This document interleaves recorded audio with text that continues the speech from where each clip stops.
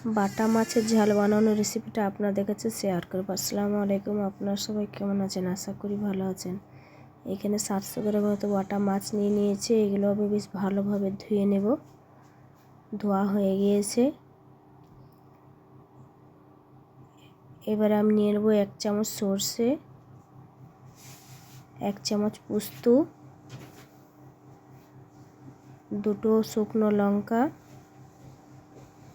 2 টুকরো আদা রসুন। এগুলো আমি গ্রাইন্ড করে নেব। এই মাছে আমি হলুদ দিয়ে দেবো 1 চামচ, একটু নুন, বেশ ভালোভাবে মেখে 10 মিনিটের মতো রেস্টে রেখে দেব।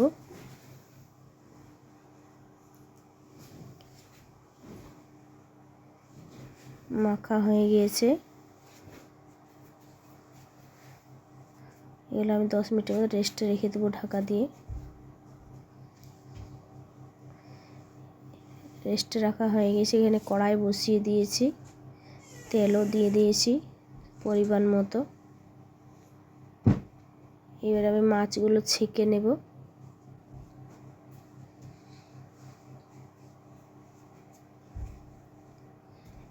খুব একটু লালচে ভাব করব না, হালকা করে ছেঁকবো।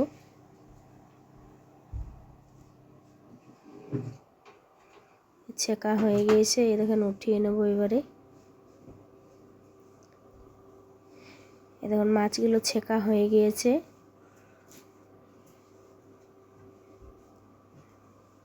এরকম হালকাভাবে ছেঁকবেন।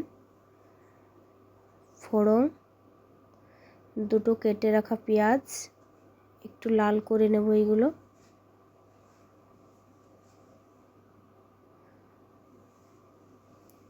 একটু টমেটো ছোট ছোট করে কেটে রেখেছি, 4টে কাঁচা লঙ্কা,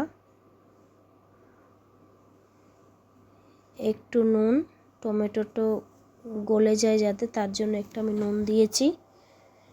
বেটে রাখা সর্ষে পোস্ত,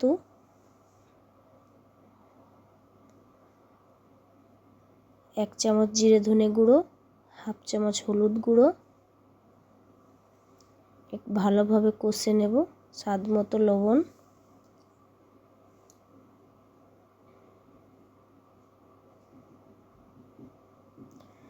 আর একটু নেড়ে চেড়ে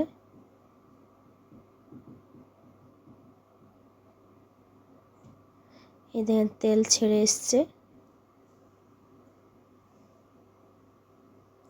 এবার আমি পানি দিয়ে দেবো 2 বাটি মতো।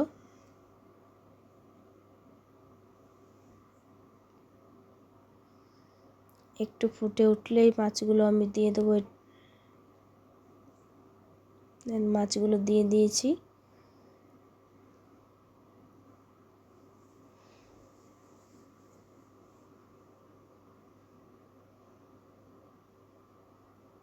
প্রায় ফুটে গেছে। উপর থেকে ধনেপাতা কুচি।